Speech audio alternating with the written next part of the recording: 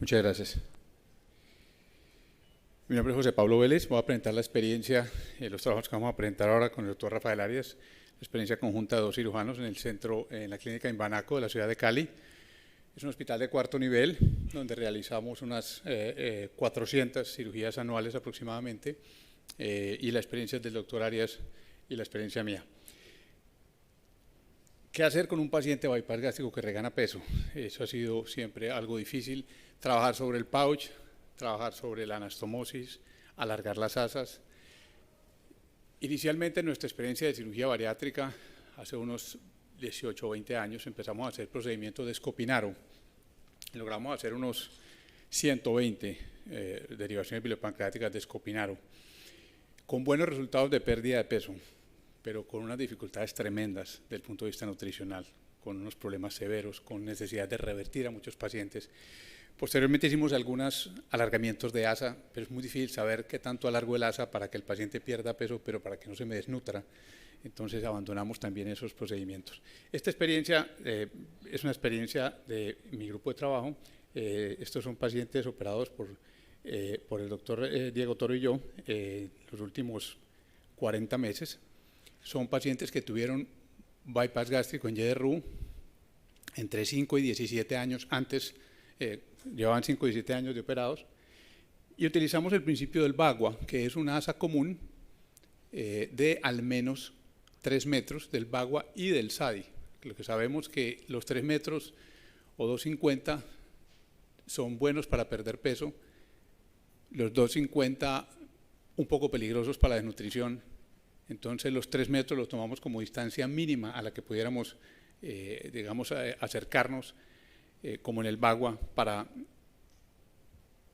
tratar de inducir nueva pérdida de peso en estos pacientes. Entonces, por eso llamamos el procedimiento un VAGUA modificado. La doctora Antosi esta mañana mostró una gráfica parecida, y alguna vez en conversaciones con el doctor Carbajo vimos también y discutimos la posibilidad de hacer este procedimiento.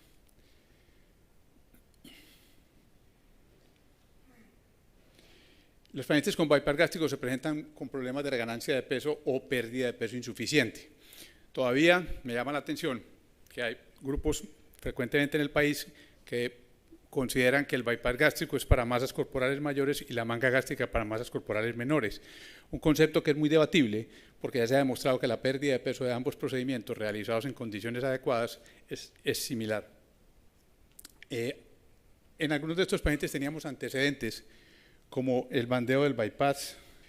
Tuvimos una paciente que llevaba unos 20 años de una gastroplastia vertical bandeada, después tuvo un bypass en YDRU y después le hicimos la revisión, tercera cirugía, hubo 2 pacientes de tercera cirugía. Encontramos algunos pacientes con un pouch amplio, algunos pacientes con anastomosis amplia y algunos pacientes con problemas de esofagitis péptica. El objetivo de este grupo fue observar el curso clínico de estos pacientes, cómo se comportaba el peso y cuál era la evolución nutricional en pacientes sometidos a lo que llamamos un VAGUA modificado. En todos los pacientes realizamos como estudio mínimo una endoscopia digestiva y una radiografía contrastada de vías digestivas superiores, un estudio varitado. Y este es el procedimiento que realizamos en estos pacientes.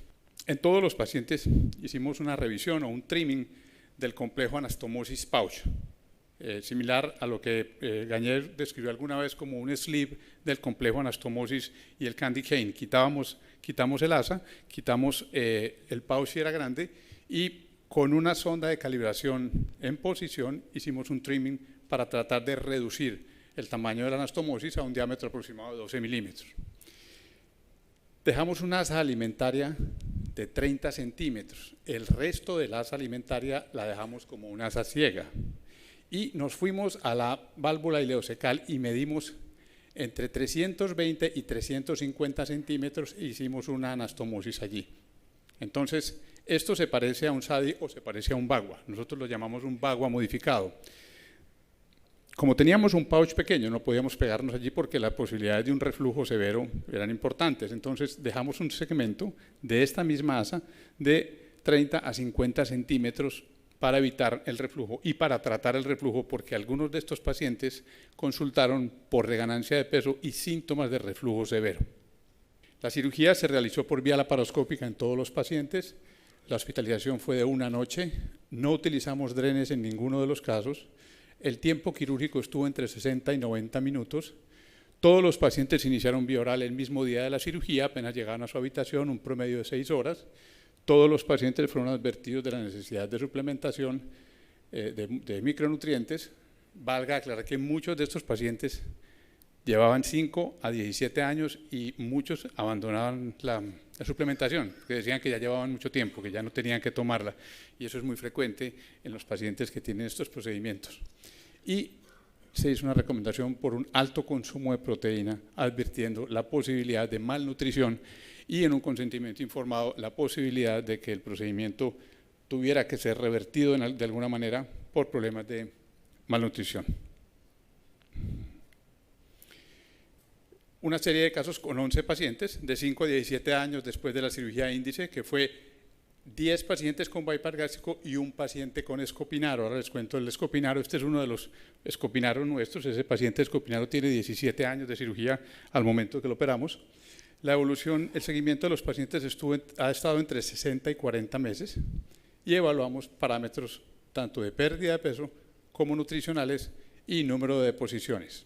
La edad de los pacientes de 26 a 70 años y todos los pacientes tenían al menos 30 de masa corporal, por encima de 30 de masa corporal al momento de la cirugía. Afortunadamente ningún paciente presentó complicaciones tempranas. El segundo paciente consulta 4 meses después por urgencias con dolor abdominal al servicio de urgencias, no fue atendido por nosotros, consultó en un momento en que no estábamos, fue evaluado por el cirujano que pensó que había una colecistitis porque lo único que encontraban era una gran distensión de la vesícula. Se llevó al paciente a una colecistectomía laparoscópica y se encontró una invaginación de la asa ciega de yeyuno, que requirió una resección y la patología informó efectivamente cambios isquémicos.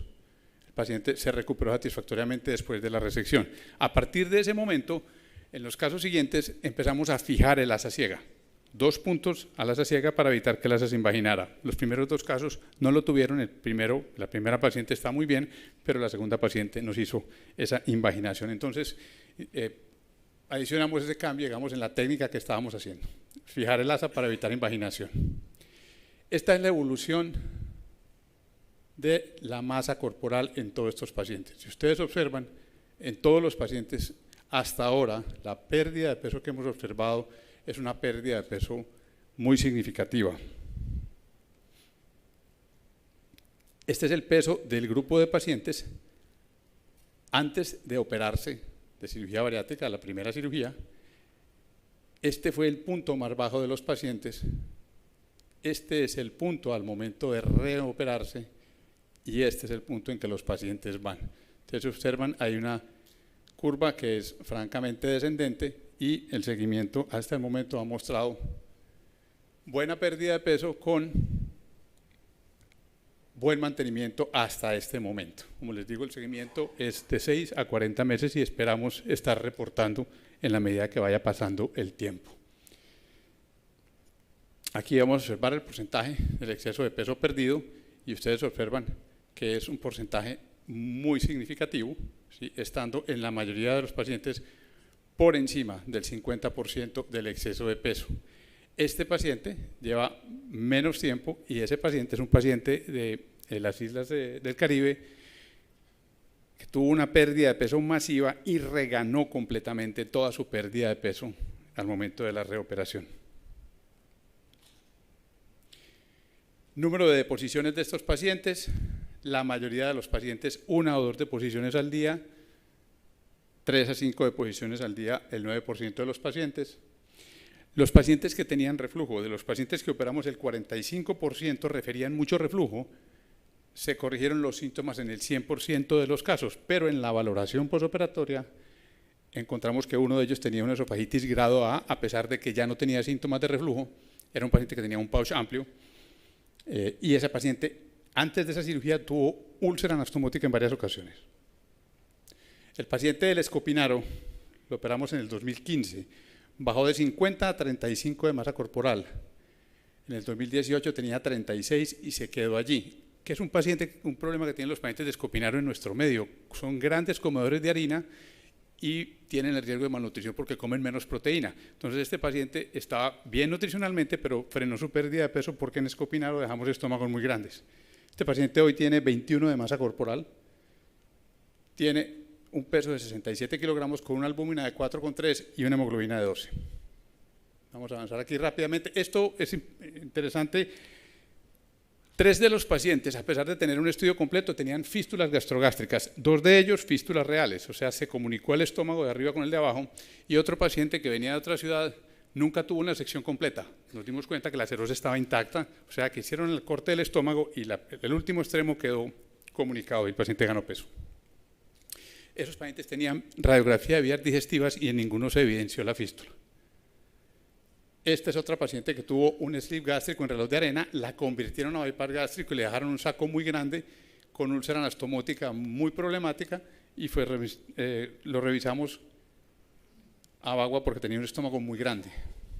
Este paciente con una gastroplastia operada por el doctor Capella hace 20 y pico de años, evolucionó muy bien y más o menos 8 o 10 meses después de cirugía empezó a presentar náusea y vómito y nos encontramos que tenía una malla de Dacron que se empezó a meter al pouch y se la estamos sacando. No la hemos podido sacar del todo.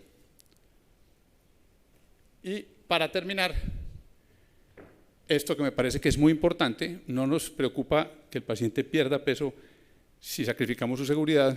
Esta es la evolución de la hemoglobina de los pacientes, los niveles de albúmina de todos estos pacientes, que son completamente normales.